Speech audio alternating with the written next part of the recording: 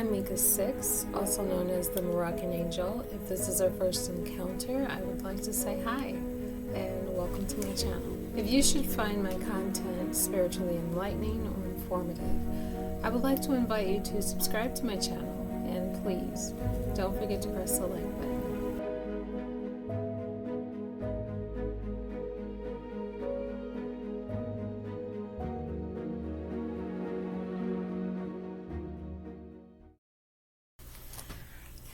The topic that we're going to be focusing on today is the price for sin, the Christian price for sin. So in Romans chapter 6, verse 23, it states, "For the wages," the original Greek word opsonion, meaning a soldier's pay, "for the wages of sin is death." So the wages of sin is death.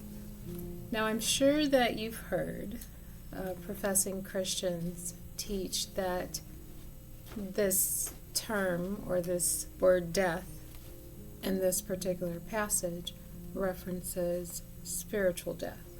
There's no such thing. Now the original Greek word for death, the one that is specifically being used within this passage, is the word thanatos, which literally means the physical death of the body.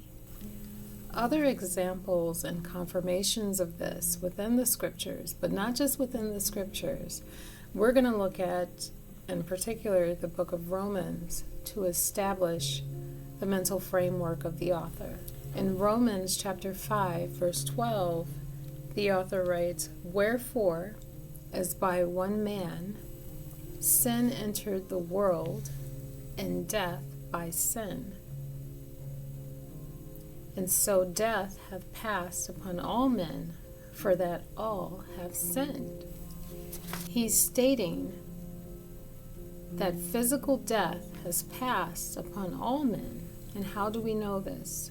In two unique ways. In Romans chapter 5, verse 10, he uses the same word, thanatos. It states, "For if when we were enemies, we were reconciled to God by the death of his Son." So he's referencing the death of Jesus on the cross. That Jesus' death on the cross reconciled the sinner to God through his death. Well, how did Jesus die? We know it wasn't a spiritual death, that it was physical death. How did Jesus pay the price for sin? He physically died on the cross. He didn't spiritually die. This is nonsense. He physically died. This concept of the wages of sin is death stems from the original Testament text. There were certain sins or acts of rebellion against the established laws and commandments of the God of Israel that were punishable by death, the physical death of the body, the physical destruction of the body, not spiritual death. No. Now, interestingly, there's a reason why the spiritual death teaching is being circulated among the Christian faith, and that's because the very real reality of the physical death of the body and scriptural truth of the physical death of the body poses a significant threat to the Christian belief system. You see, if the physical death of the body is the punishment or payment for sin, as is written within the Christian scriptures, and confirmed by Jesus' physical act of death upon the cross as a payment for your sins, not mine.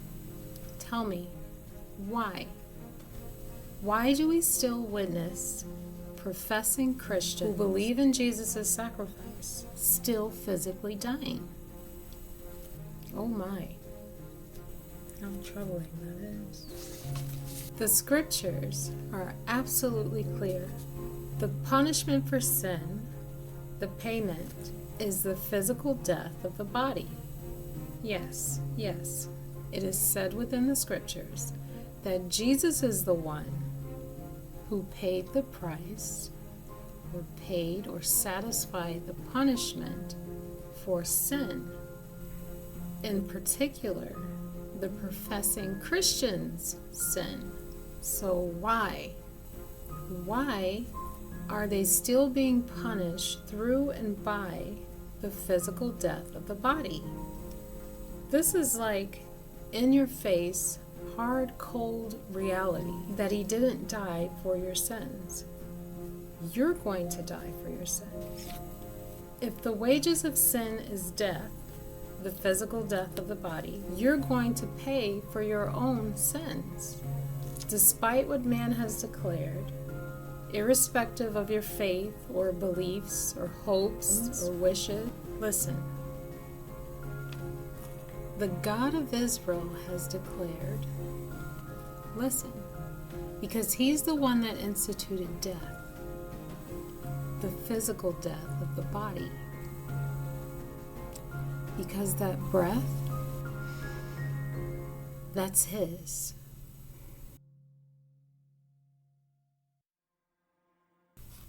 He declared 4,000 years ago that each man that he has granted life to will be held responsible for his own deeds.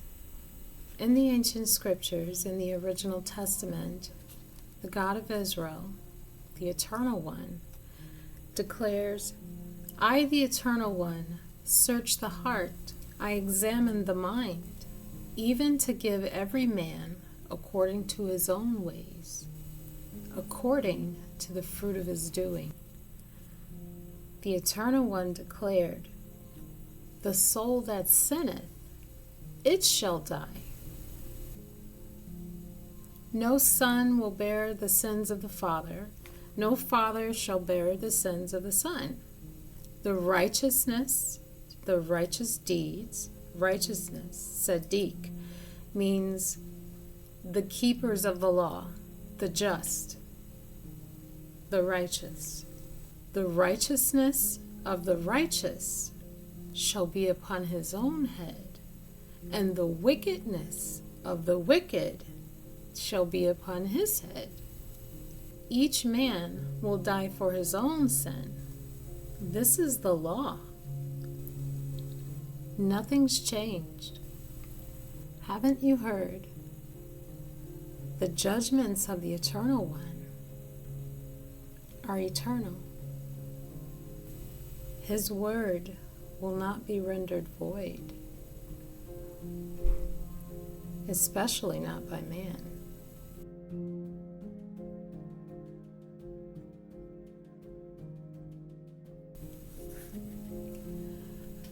I'm the Moroccan angel. Remember, do what is right. Always. It matters.